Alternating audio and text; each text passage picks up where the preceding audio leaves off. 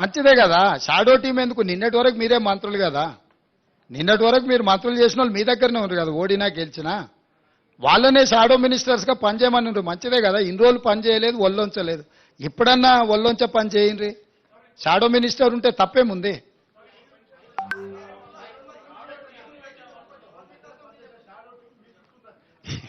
నేనేమంటున్నానంటే అధికారం withdrawal symptoms అనేది తెలుసు కదా. అంటే మా కొడంగల్ ప్రాంతంలో లేకపోతే నారాయణపేట ప్రాంతంలో కొన్ని ప్రాంతాలలో కల్తీ కళ్ళు ప్రభావం కొంచెం ఎక్కువ ఉంటుంది. మత్తు కళ్ళు అంటారు కదా, మందుకళ్ళు తాగినోడు సడన్గా మందుకళ్ళు దొరకకపోతే ఆ పిచ్చి పిచ్చి చేష్టల్ని తట్టుకోవడానికి కుటుంబ సభ్యులే మంచాన్ని కట్టేస్తారు తాళ్ళు పెట్టి.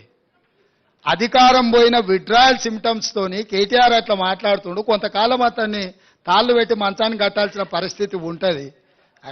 ఈ అన్నిటిని మేమేం తప్ప అర్థం చేసుకోము. ఎందుకంటే అధికారం కోల్పోయిన బాధలోనో భయంలోనో రకరకాలుగా మాట్లాడుతుంటారు. షాడో టీం ఎందుకే?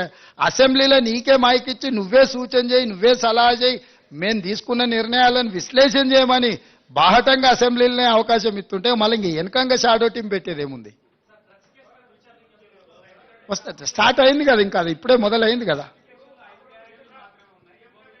అవి కాలేజీలలో చేయాల్సింది, గ్రామాలలో కాదు. కాలేజీలు మళ్ళీ నెక్స్ట్ అకాడమిక్ ఇయర్ స్టార్ట్ అయింది కదా, ఆ కాలేజీలలోనే కౌంటర్స్ ఓపెన్ చేసి డైరెక్ట్ అక్కడనే తీసుకుంటాం.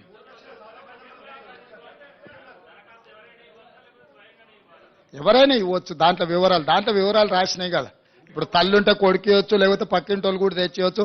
మీలాకటి వాలంటీర్స్ కూడా గ్రామంలో ఇల్లు తిరిగి రాసుకొచ్చి ఇచ్చినా కూడా తీసుకుంటాం.